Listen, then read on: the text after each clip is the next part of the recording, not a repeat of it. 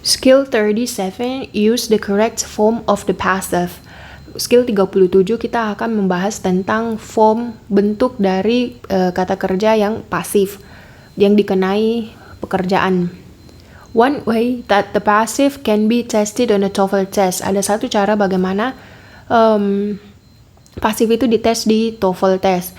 Is simply with the incorrect form. Nah, caranya dia sengaja membuat salah form dari pasif itu. The following are examples of passive errors that might appear on a TOEFL test. Nah, berikut beberapa contoh yang pasifnya itu ada kesalahan. Seperti, the portrait was painting by a famous artist.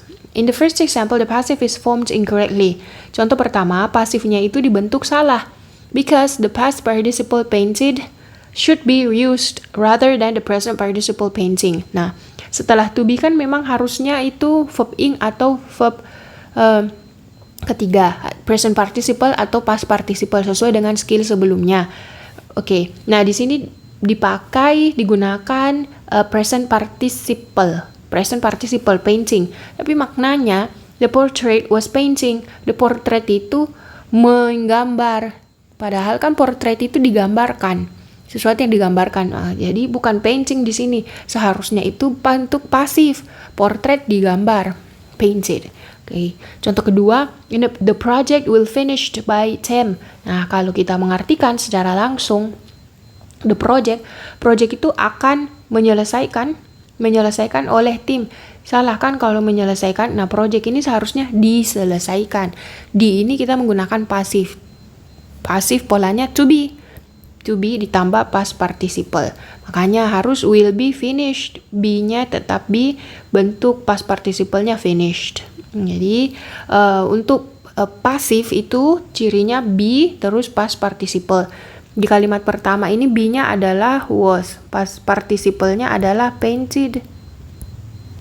Sedangkan kalimat kedua be-nya adalah tetap be terus past participle-nya adalah finished. Nah, yang perlu diperhatikan jika mendapatkan kalimat yang seperti ini, harus waspada apakah pasif atau aktif. Kita bahas terlebih dahulu secara umum problems with passive verbs ya. Jadi mulai dari skill 37 sampai ke belakang beberapa itu akan dibahas tentang masalah-masalah yang berkaitan dengan kata kerja pasif.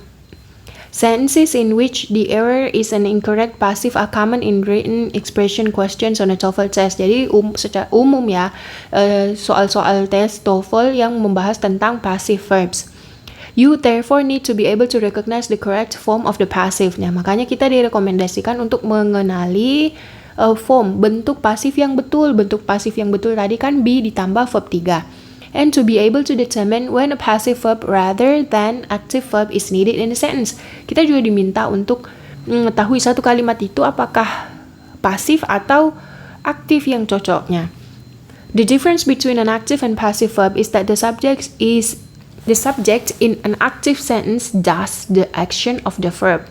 Nah, perbedaan antara kata kerja aktif dan kata kerja pasif adalah subjek di kalimat aktif itu melakukan pekerjaan, and the subject in passive sentence receives the action of the verb. Sedangkan subjek di kalimat pasif itu menerima pekerjaan. Nah, contohnya begini ya, Margaret wrote the letter.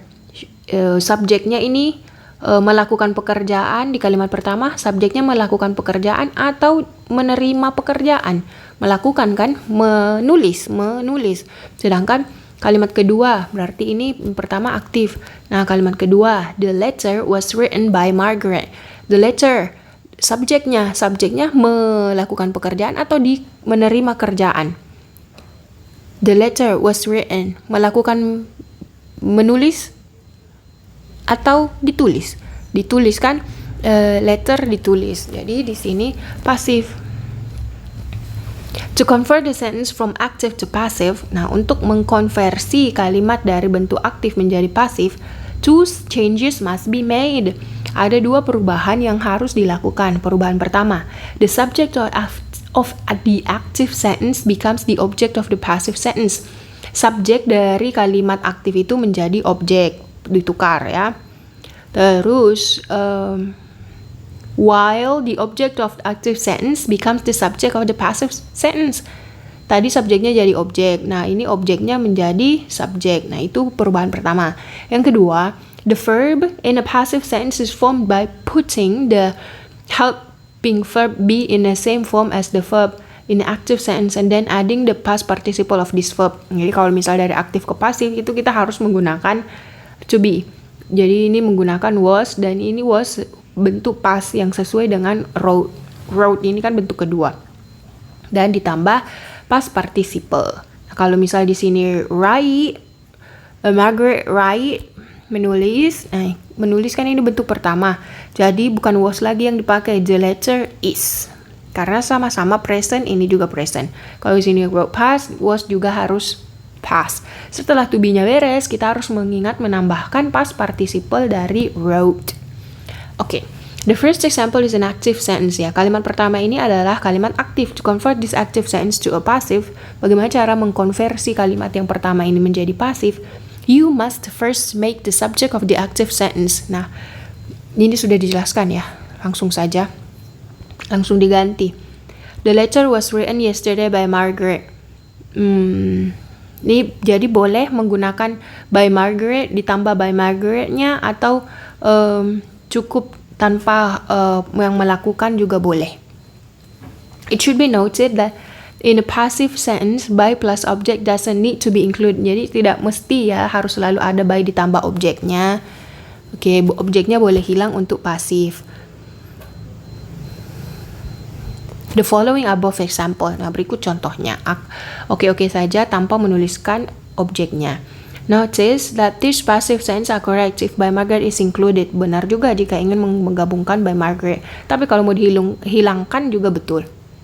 Okay, note, catatan, exercises to practice active and passive forms can be found in Appendix G at the back of the text. You may want to complete these exercises before you begin skill 37. Nah, disarankan sebelum mengerjakan skill 37 itu mengerjakan appendix G di bagian belakang buku ini.